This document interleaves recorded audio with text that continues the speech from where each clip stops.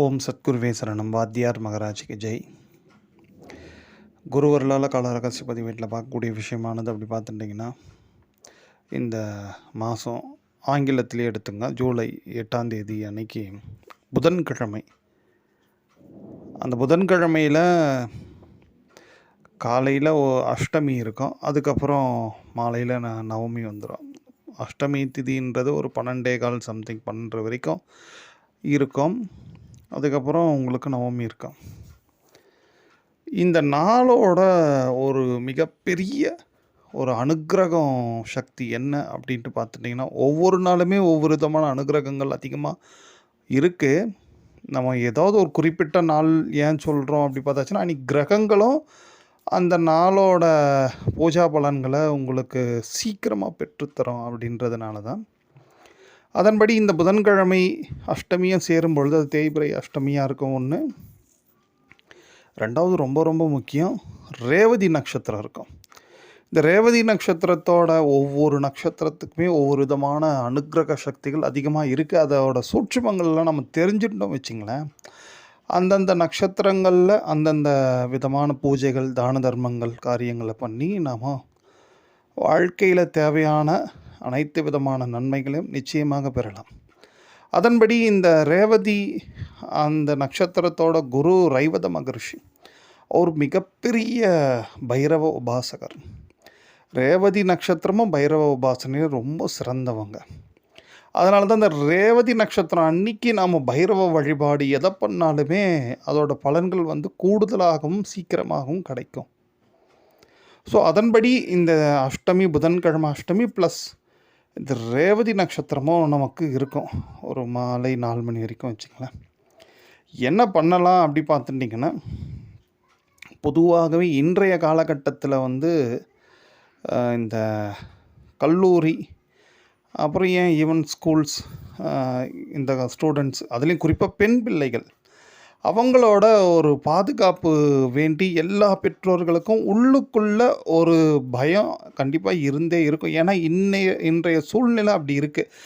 அது இந்த போக்குவரத்து சம்மந்தமாக இருக்கட்டும், அப்புறம் இந்த கலியோட அவலமாக இருக்கட்டும், ஏதோ ஒன்று சம்திங் அவங்க எல்லாருமே மனசில் நினச்சிக்கிறது என்னென்னா, நல்லபடியாக பத்திரமா குழந்த ஒரு ஸ்கூலோ காலேஜையோ முடிச்சுட்டு வீட்டுக்கு சேரணும்.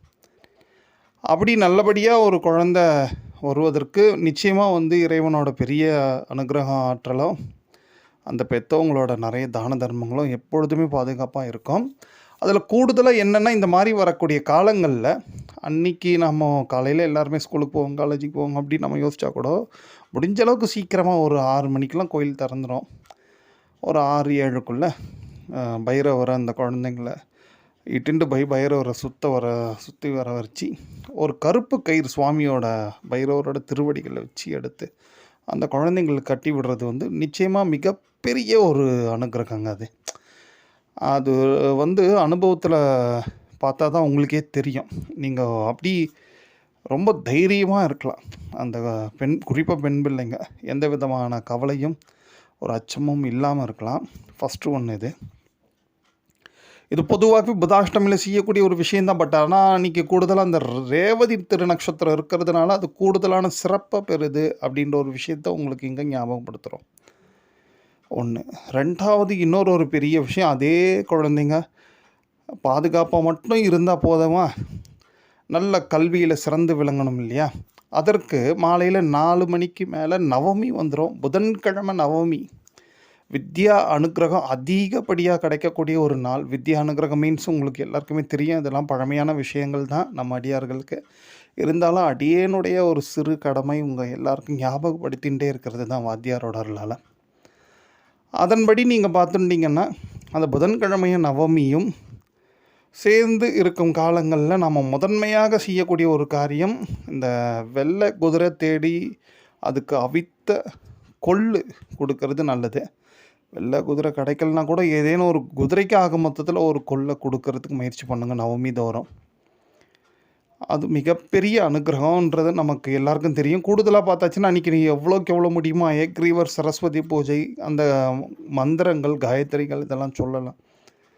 ரொம்ப அல்டிமேட்டாக என் பையனுக்கு சுத்தமாக என் பையனோ பொண்ணும் ரொம்ப வண்டாக இருக்கிறாங்கப்பா, ஒன்றையுமே படிப்பில் இல்லை, ஜீரோ அப்படின்ட்டு பாவம் வருத்தப்படக்கூடிய பெற்றோர்கள் யாராக இருந்தால் அவங்க இந்த மாதிரி இந்த மாமண்டூரில் பிட்சீஸ்வரர்னு சுவாமி இருப்பார். அங்கே போய் அந்த குழந்தைய எட்டு போய் ஒரு அர்ச்சனையோ ஒரு ஆராதனை ஏதோ சம்திங் அந்த நாளில் பண்ணுறதுக்கு முயற்சி பண்ணுங்க. நிச்சயமாக மண்டூக மகரிஷியோட அருளால் அந்த குழந்தைங்க சிறப்பாக வருவதற்கான வாய்ப்புகள் உண்டு அப்படின்ட்டு ஒரு விஷயத்த சொல்கிறார். பொதுவாக இதெல்லாம் பொதுவாக ஒரு விஷயம் வச்சிங்களேன். இதை ஏன் இந்த ஜூலை 8ஆம் தேதி நாம் எடுத்து சொல்கிறோன்னா, கிரகங்கள் என்ன அங்கே பண்ணுது பார்த்தாச்சுன்னா, அந்த புத்திகாரகன் சொல்லக்கூடிய சுவாமி புத பகவான் வக்ர சஞ்சாரத்தில் அஸ்தமனமாகவும் இருக்கிறாரு. But at the same time வக்ர சஞ்சாரம் வரும். பொதுவாகவே ஒரு கிரகத்தோட அனுகிரகத்தை பெறுவதற்கு எல்லா நாளும் பூஜை பண்ணுறதும் உத்தமம். பட் ஆனால் அதோட வக்ர கதி காலத்தில் நம்ம அந்த கிரகத்தோட அனுகிரகம் அதிகமாக கிடைக்கும் நம்ம பண்ணுற பூஜையினால். ஸோ அப்போ இந்த பொதுவாகவே இந்த மாதிரி புத பகவான் வக்கரமான காலத்தில் இப்போது நிறைய புத்தி சம்மந்தப்பட்ட வித்யா சம்மந்தப்பட்ட பூஜைகள் பண்ணுறது நல்லது. அதுலேயும் இந்த புதன்கிழமை நவமி சேர்ந்து வரும் வேலையில் பண்ணுறது ரொம்ப ரொம்ப நல்லது. அதில் நட்சத்திரம் இங்கே ஒரு பெரிய நமக்கு பேருதவி பண்ணுது. ஏன்னா 4 மணிக்கு மேலே அசுவினி திருநக்ஷத்திரம் வந்துடும். அந்த அசுவினி திருநக்ஷத்திரத்தோட வடிவமே ஒரு குதிரை தான். அது மட்டும் இல்லாமல் அந்த அஸ்வினி நட்சத்திரத்தோட அதிபதி கேது பகவான். அவர் ஒவ்வொரு நவமி திதிகளிலும் வாத்தியார் என்ன சொல்கிறாருன்னா, ஒவ்வொரு நவமி திதிகளிலும் இந்த கேது பகவான் வெள்ளை குதிரையில் தான் இந்த பிரபஞ்சத்தை வலம் வராராம் அப்படின்ட்டு ஒரு விஷயத்தையும் வாத்தியார் குறிப்பிட்டு சொல்கிறாரு. ஸோ அப்போது கேது பகவான் யாருன்ட்டு நீங்கள் உங்கள் எல்லாருக்கும் மேக்ஸிமம் தெரிஞ்சிருக்கும். அவர் ஒரு ஞானக்காரகன். ஞானம்ன்ற ஒன்று ரொம்ப தேவையான ஒன்று.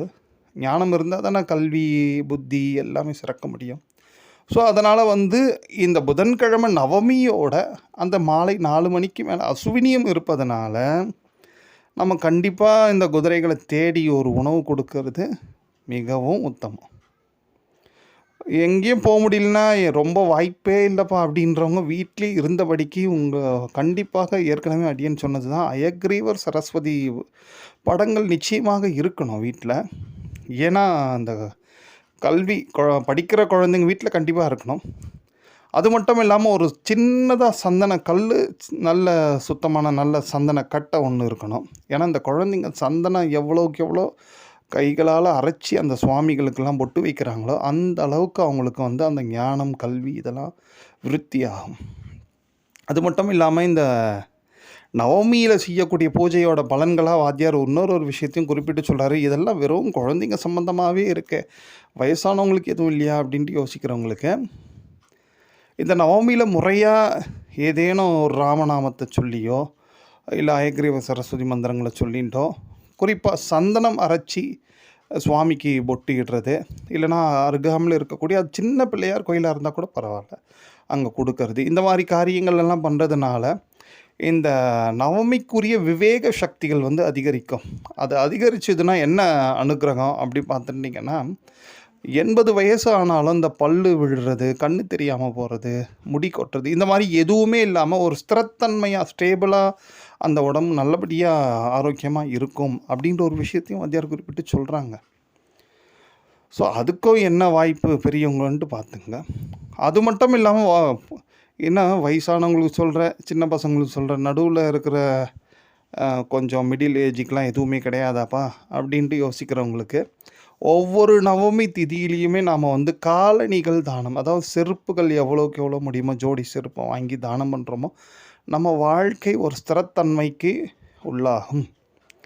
நிறைய பேர் பார்த்துட்டிங்கன்னா ஏதேனும் ஒரு பிரச்சனை ஒன்று மாற்றி ஒன்று, வேலையில் ஒரு வேலை இருக்காது ஸ்டேபிளாக, இல்லை வீடு வாசல் மாறிட்டு இருப்பாங்க, ஏதாவது ஒன்று இந்த அன்ஸ்டேபிளாக இருக்கிறவங்களுக்கு ஒரு ஸ்திரத்தன்மை கிடைக்கக்கூடிய, ஸ்திரத்தன்மையை கொடுக்கக்கூடிய ஒரு காலம்தான் இந்த நவமி.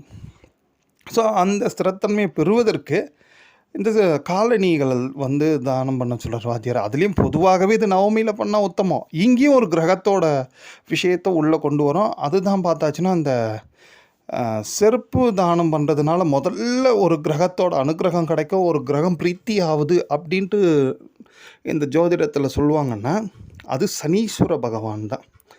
ஏன்னா சனீஸ்வர பகவானை பிரீத்தி பண்ணனா ஏழைகளுக்கு எவ்வளோக்கு எவ்வளோ முடியுமோ செருப்புகள் தானம் பண்ணணும். அதனால தான் சனிக்கிழமையிலலாம் செருப்பு தானம் பண்ண சொல்லுவார் வாத்தியார்.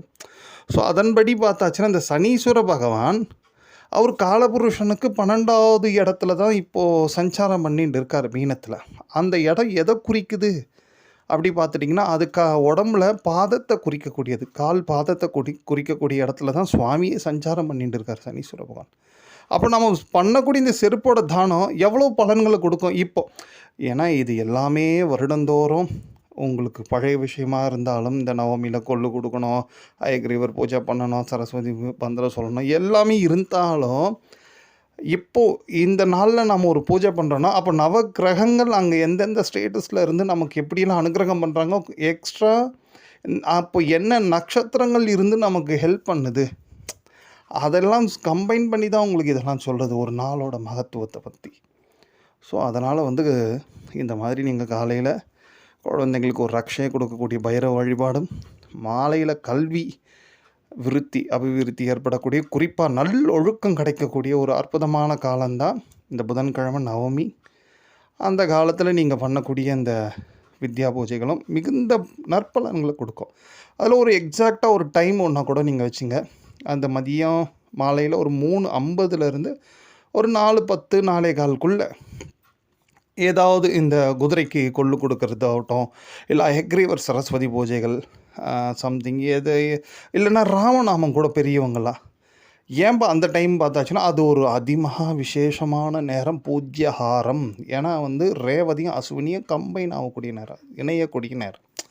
ஸோ அதனால் அந்த டைமிங்கை நீங்கள் எக்ஸ்ட்ரானரியாக எடுத்துட்டிங்கன்னா அதுவும் உங்களுக்கு ஹெல்ப் பண்ணும். அதாவது எப்படி பார்த்தாலும் ஒரு காலமானது நமக்கு எந்த வகையில் அந்த காலத்தில் நாம் என்ன வகையான பூஜைகள் தான தர்மங்கள் பண்ணுறோமோ அது எதுவுமே வீண் போகாதுன்றது தான் அடியேனுடைய அணித்தரமான கருத்து. இதை தான் வாத்தியார் பல காலமாக நம்ம எல்லாருக்கும் சொல்லி கொடுத்துட்டு போயிருக்காங்க.